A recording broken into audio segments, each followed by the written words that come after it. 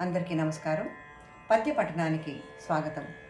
దాశరథి శతక పద్యాలు ఓ రెండు చెప్పుకుని వాటి అర్థం కూడా తెలుసుకుందాం.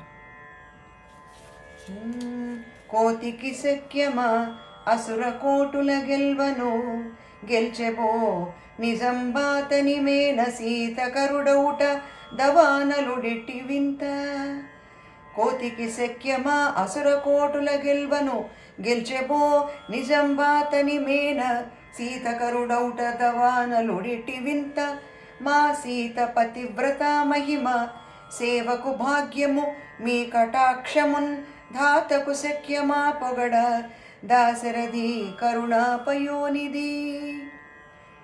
దశరథ రాజకుమార, దయాసాగర, ఒక కోతి భయంకరులైన రాక్షస సమూహాన్ని గెలవటం సాధ్యమా? గెలిచిందని అనుకుందాం. ఆ కోతి తోకకి రాక్షసులు అంటించిన నిప్పు అతని శరీరం దహించక చల్లగా మారటం ఎంత ఆశ్చర్యం!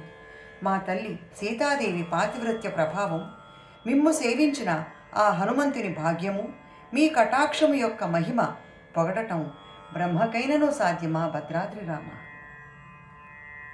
అంచితమైన నీదు కరుణామృత సారము నాదుపై నీ ప్రోక్షించిన చాలు, దాన నిరసించెద నా దురితంబులెల్ల. అంచితమైన నీదు కరుణామృత సారము నాదుపైన ప్రోక్షించిన చాలు, దాన నిరసించెద నా దురితంబులెల్ల.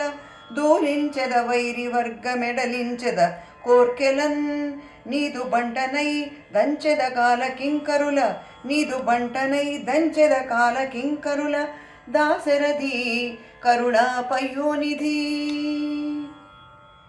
దశరథ రాజకుమార, దయాసాగర, శ్రేష్టమైన నీ దయామృత సారాన్ని నా మీద చల్లు తండ్రి.